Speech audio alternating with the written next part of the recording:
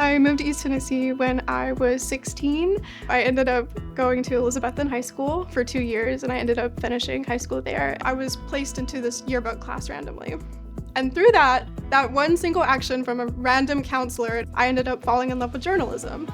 I realized that I love talking to people one-on-one. I love just getting to know people, and I love sharing their stories.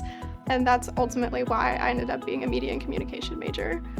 And then I decided ETSU was the next step. Navigating the process as a first-generation college student is really scary. Before we moved here, I didn't even want to go to college in the first place. There were definitely some educators there that completely shaped my future and changed my path.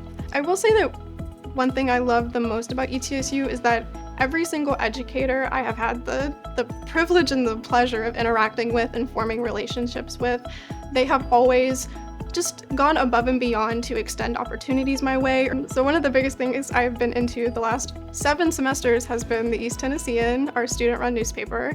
I have served many positions at the East Tennessean. One of my favorite places on campus is the Office of Marketing and Communications.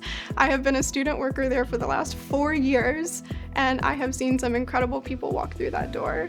It was because of UMC that I realized that my love of storytelling could extend beyond just journalism. I was able to spend my entire summer before my last semester in San Francisco, where I interned with the XQ Institute and Emerson Collective.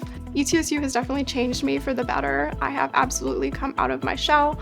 I have figured out what I want to do professionally. I believe in the mission of this institution, and I believe in the power of education. If I could help anybody else who might be a first-generation college student, my piece of advice would be to apply, and to seek resources. There are resources here and available to help you, and beyond resources, there are people. People will help you.